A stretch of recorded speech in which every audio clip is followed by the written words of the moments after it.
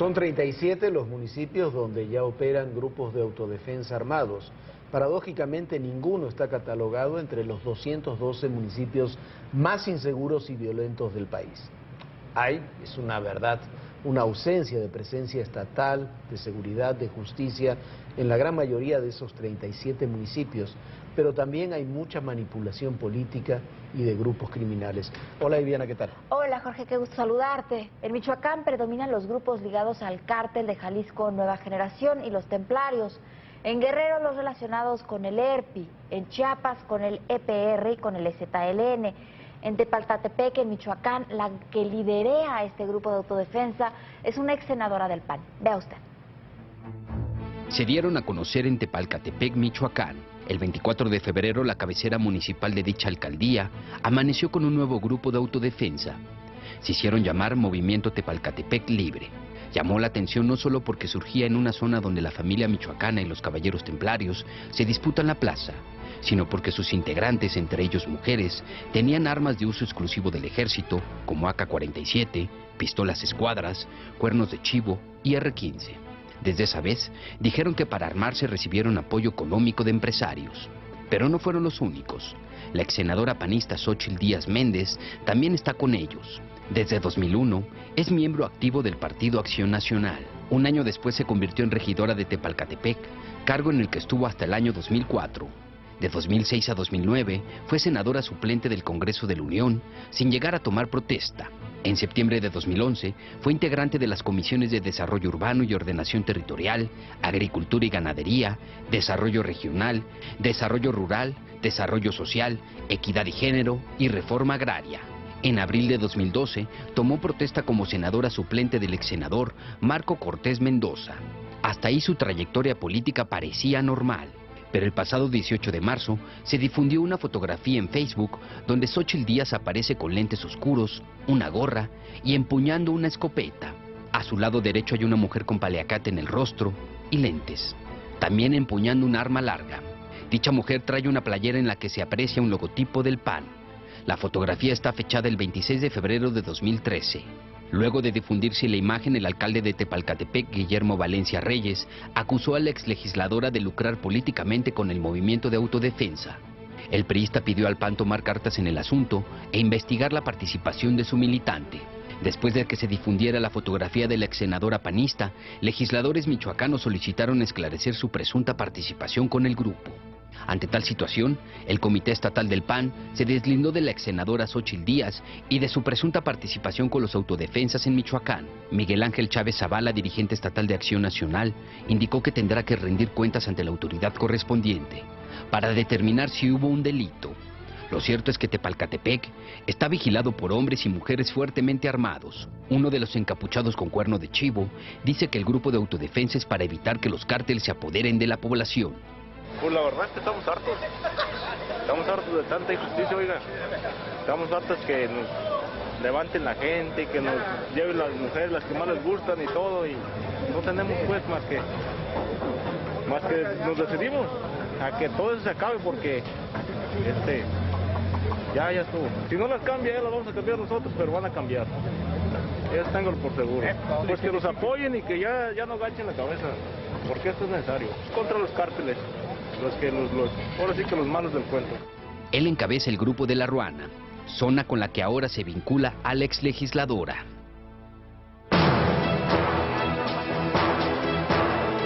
Grupos de autodefensa que ya usan armas de uso exclusivo del ejército. El fin, supuestamente es el mismo, luchar contra las bandas del crimen organizado que presuntamente los asedian. El 24 de febrero en Ayutla de los Libres Guerrero, mientras efectuaban una asamblea, algunos portaban insignias partidarias. Un par de jóvenes con el rostro cubierto y fuertemente armados traían gorras con el logo del Partido del Trabajo. También ese día, en Michoacán, se supo de dos nuevos grupos de autodefensa con armas de alto poder. Se dieron a conocer en la zona de Tierra Caliente, en los límites con Jalisco.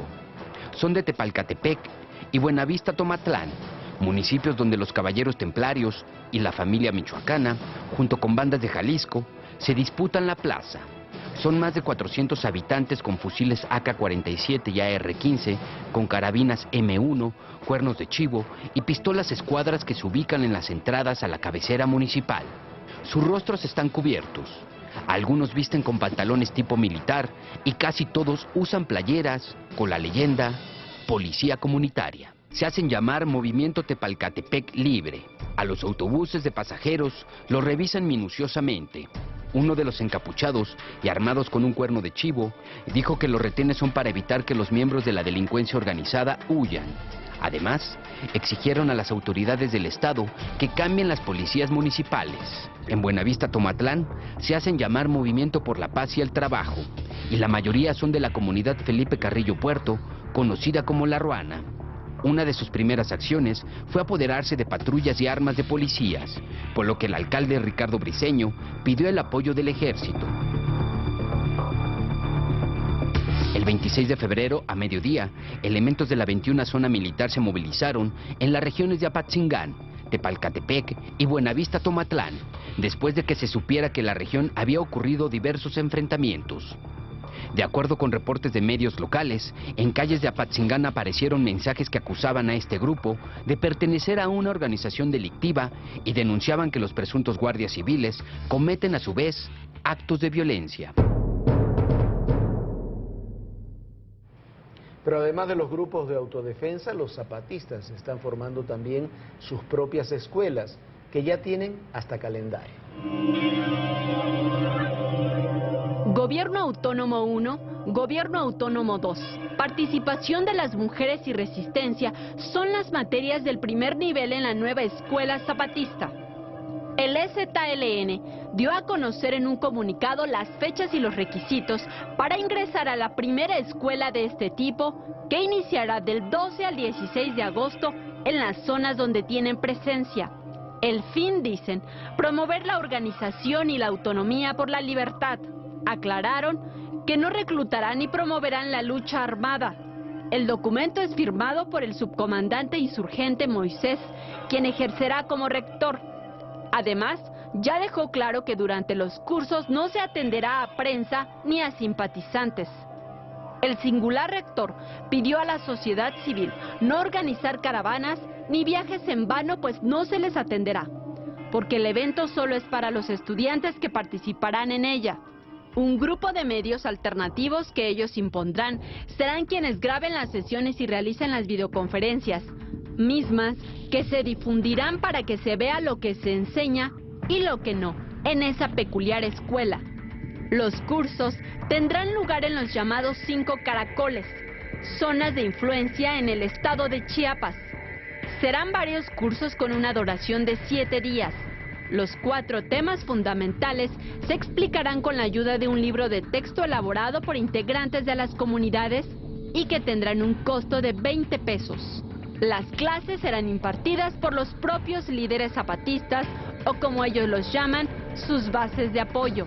Para los estudiantes del primer curso, el EZLN los hospedará en una comunidad indígena, pero estarán custodiados por un vigilante zapatista. Sin embargo, no cualquiera puede estudiar en ella. Será a través de invitación del propio zapatismo. La doctora Mariana Mora, del Centro de Investigación y Estudios Superiores de Antropología Social, ha realizado una amplia indagación respecto a los municipios autónomos zapatistas y su proceso educativo. Señaló que las escuelas autónomas han existido desde la creación de este grupo. Sin embargo, eran dirigidas hacia la propia comunidad. En esta ocasión, la escuela zapatista se presentó para una segunda dimensión con la misma práctica, pero dirigida a personas de otros estados del país e incluso de fuera de México. Casualmente, este anuncio se hace cuando el movimiento zapatista está por cumplir casi 20 años. Bajo estos requerimientos, darán inicios las clases que coinciden con los festejos del 10º aniversario de las 5 juntas de buen gobierno, los órganos rectores de los municipios autónomos. El contexto social actual no es el mismo que hace 20 años cuando el EZLN se levantó en armas. Hoy, la presencia de los grupos de autodefensa hacen pensar si existe o no relación con la motivación que tuvieran los zapatistas en su momento. El surgimiento de esos grupos, o llamados policías comunitarias, va en aumento. Tienen presencia ya en 8 estados del país, donde se contabilizan 37 autodefensas, que no coinciden con las entidades consideradas de mayor inseguridad.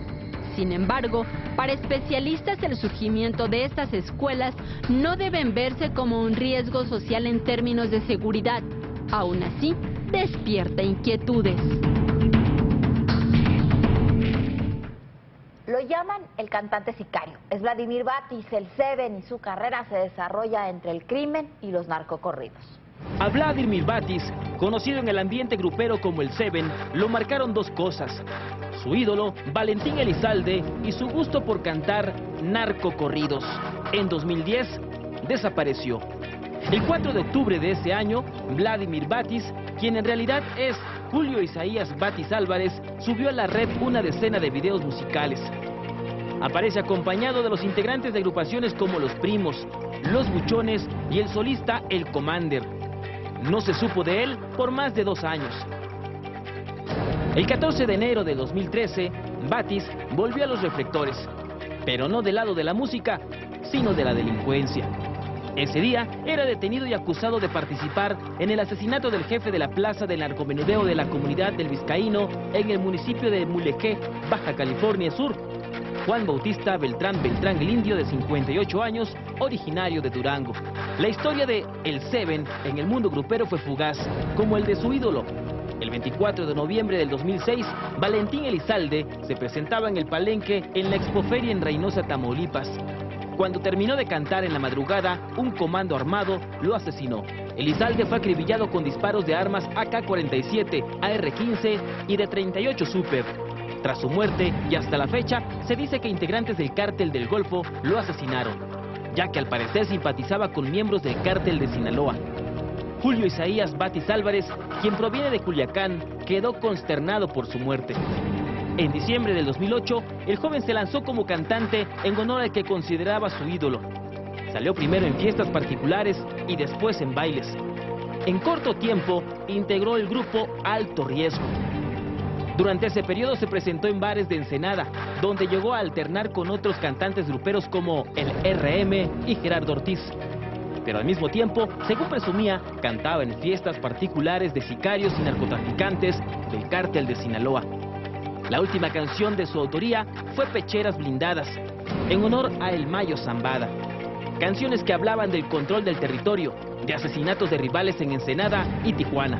Así fue su vida como cantante hasta su desaparición. Después, no se supo nada de él hasta el crimen de El Indio, el 14 de enero del 2013, cometido con un rifle de asalto. Cuando fue detenido, según confesó, dijo que una semana antes del crimen de El Indio se había estrenado en el mundo del crimen. El Seven, de 24 años, planeó el asesinato. El 7 de enero viajó de Ensenada en camión hasta el poblado de Guerrero Negro, en el municipio de Mulegé. Ya en el Vizcaíno, el Zavala le entregó una pistola. Los presuntos sicarios llegaron al local de El Indio. Después ingresaron al negocio, lo ejecutaron y huyeron rumbo a Ensenada en vehículos distintos. Faltando 20 kilómetros para llegar a Guerrero Negro, observó a lo lejos una torreta, por lo que tiró el arma por la ventanilla del copiloto. El cantante viajaba a exceso de velocidad, lo que llamó la atención de una patrulla de la Policía Federal Preventiva, que enseguida lo siguió hasta detenerlo.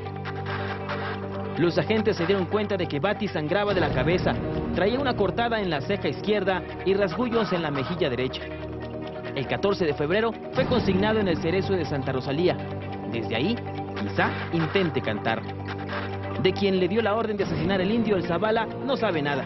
De acuerdo con las autoridades y reportes periodísticos, en Baja California hay 2 hombres a quienes les pueden decir el Zavala. Presuntamente son Gerardo Miramontes y su hermano Federico, quienes son señalados como los líderes de una célula del Cártel de Sinaloa, conocida precisamente como los Zavala. Y mientras en los Estados Unidos se confirma que una parte central del comercio de armas en ese país pasa por la venta de armas, en la mayoría de los casos ilegales, a México, el propio Partido Demócrata decidió abandonar la lucha en el Congreso para impedir la venta de fusiles de asalto. Bueno, y no alcanzó más que 40 de los 60 votos que necesitaban en el Senado para sacar adelante esta ley. Entonces decidieron simplemente no presentarla, ni siquiera la sacaron a votación. Cada año, al menos 253,000 armas adquiridas en el mercado legal de Estados Unidos llegaron de forma ilegal a nuestro país, lo que representa un ingreso para la delincuencia de 127 millones de dólares. La mayoría de esas armas son adquiridas por uno de los 6,700 traficantes que hay a lo largo de la frontera. Un solo contrabandista puede transportar más de 500 por año en cantidades pequeñas para no despertar sospechas a través de una operación hormiga.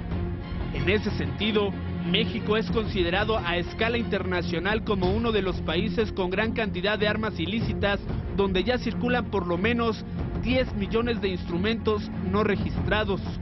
En este tema hay buenas y malas intenciones. Lo que parecía que podía ser un avance para la lucha contra la venta de armas en Estados Unidos quedó paralizado. A principios de marzo, el presidente del Comité Judicial del Senado, el demócrata Patrick Leahy, presentó una propuesta de ley para frenar la venta ilegal de armas en su país. La noticia tomó por sorpresa a la comunidad latina, en especial la mexicana.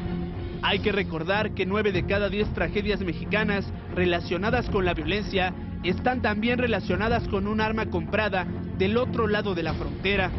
El congresista por Vermont explicó que el proyecto de ley pretendía convertir en crímenes federales el tráfico de armas y su compra ilegal.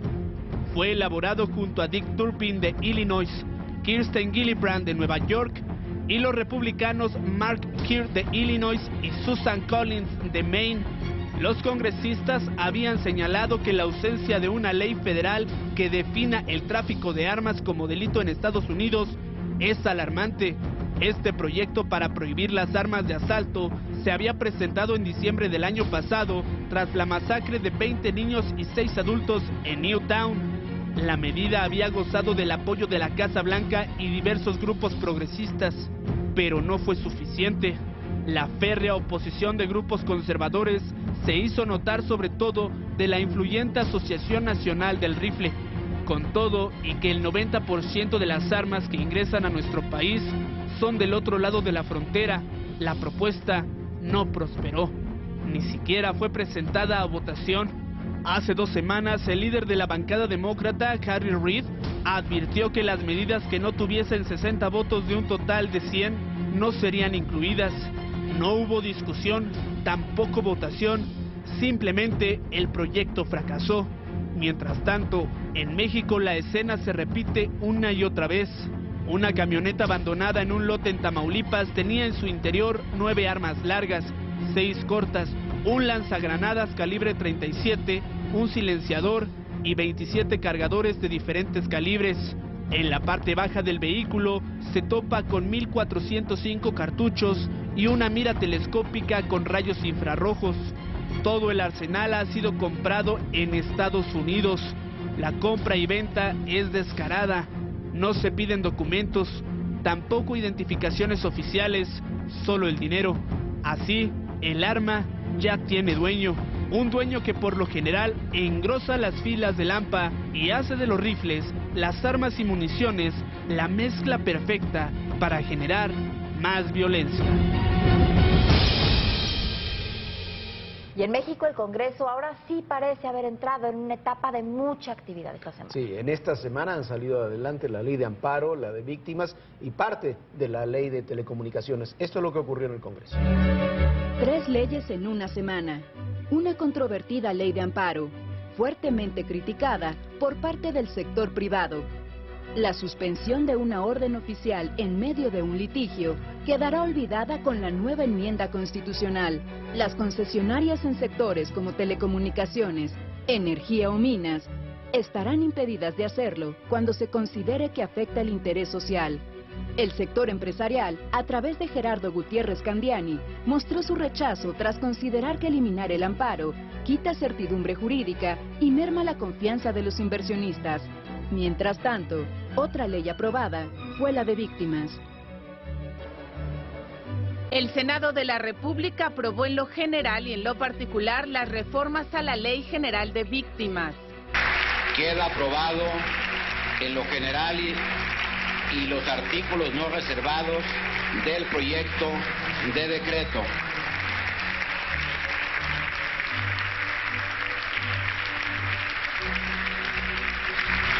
La ley crea el Sistema Nacional de Atención a Víctimas.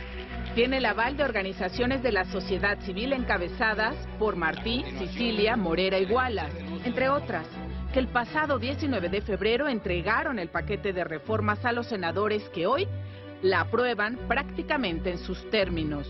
El hecho de facilitar a los ciudadanos el acceso a iniciar leyes aprovechando la investidura de los legisladores es una práctica que ante la ausencia de la ley reglamentaria para promover la iniciativa ciudadana, hoy hemos venido subsanando. Responde a un enfoque integral de justicia restaurativa para que las víctimas de violaciones a derechos humanos o víctimas del delito tengan el derecho a la verdad, el derecho a la justicia, la reparación integral y las garantías de no repetición.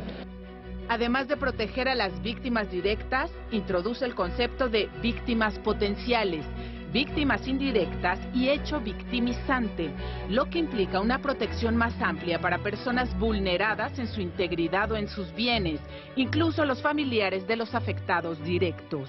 Los gobiernos deberán de coordinarse para establecer los mecanismos de ayuda, asistencia, acceso a la justicia y reparación integral de los afectados. El Partido Acción Nacional en el Senado negó que intentara boicotear la reforma, pero el asunto se puso rudo. Sostienen que la propuesta que presentaron unas horas antes de que la iniciativa fuera aprobada en comisiones intentaba llegar a lo deseable y no solo a lo posible.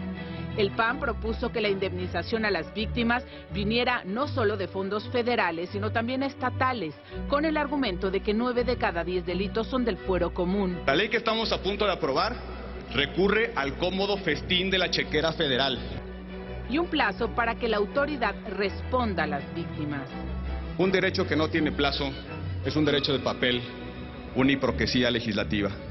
En la tribuna, los oradores seguían con el debate de la ley de víctimas, pero abajo, la imagen que concentraba la atención era la fotografía fiel de las posiciones tricolores y azules encontradas por esta reforma.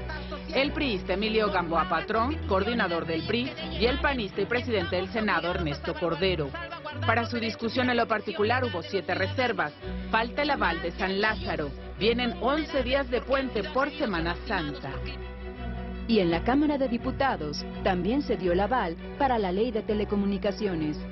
Después de casi 18 horas de sesión, a las 4 de la madrugada con 9 minutos, el presidente de la Cámara de Diputados, Francisco Arroyo Vieira, anunció que quedó aprobada la reforma en materia de telecomunicaciones enviada por el presidente de la República. Aprobado en lo general. Hay votación calificada para reforma constitucional. A lo largo de la madrugada, legisladores subían y bajaban de la tribuna para desahogar las 93 reservas que no encontraron otro destino que el desecho en votación económica. No pasó ninguna. Los 33 cambios hechos a la propuesta presidencial tocaron 7 artículos de la Constitución, entre ellos el 6º. El acceso a las tecnologías de la comunicación y la información es, con esta reforma, un derecho humano fundamental que busca acotar la brecha digital. El Estado garantizará el acceso a Internet para todos los mexicanos, aunque no se sabe cómo. Eso habrán de definirlo en la ley secundaria. Las telecomunicaciones en México serán abiertas al 100% al capital extranjero. La radiodifusión y la televisión podrán abrirse al capital extranjero hasta 49% o más, si el país de origen otorga el mismo trato a los inversionistas mexicanos, cláusula de reciprocidad. Se licitarán al menos 2 cadenas de televisión abierta y una de Estado. Una parte toral de esta reforma es que crea organismos constitucionalmente autónomos. El Instituto Federal de Telecomunicaciones, que tendrá 7 comisionados, incluido su presidente, durarán en el cargo 9 años sin posibilidad de reelección, previo aval de un comité formado por integrantes del Banco de México, INEE e INEGI. Será el responsable de otorgar las concesiones cuya opinión no vinculante ya no será del presidente, sino de la Secretaría de Comunicaciones y Transportes. La Comisión Federal de Competencia Económica tendrá la facultad de ordenar medidas para eliminar barreras a la competencia y evitar monopolios y concentraciones. Puede ordenar incluso la desincorporación de activos, derechos, partes o acciones de los agentes económicos dominantes para eliminar los efectos anticompetitivos. Se obliga a la televisión restringida a retransmitir gratuitamente la programación siempre y cuando no esté asociado con un agente predominante. En caso de incumplimiento, habrá sanción. Ha quedado perfectamente claro que aquel que se pretenda beneficiar utilizando simulación por conducto de terceros, ahora sí será sancionado. La sanción será la pérdida de la propia concesión. Después de varios litros de café, kilos de galletas, desahogos en tribuna y viandas que se degustaron entre las curules, quedó aprobado el dictamen que fue enviado al Senado como minuta.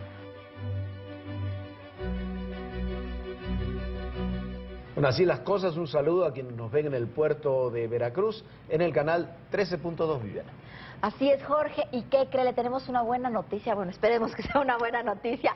Estaremos todos los domingos a las 9 de la noche con un programa especial de media hora de lo mejor de todo personal, así que ojalá nos pueda acompañar. Los mejores reportajes, entrevistas, todo lo que usted se perdió en la semana lo va a poder ver el domingo, así que tenemos una cita pendiente este domingo a las 9 de la noche. Ya nos vamos, que descanse, que la pase muy, muy bien. Y tú también descansa porque te tienes que poner a escribir el guión del domingo. Sí, vamos a tener el domingo una hora, todo personal, una hora con usted de 9 a 10 de la noche. Y recuerda, en el poder y en la política todo, absolutamente todo es personal. Gracias. Ay, eso.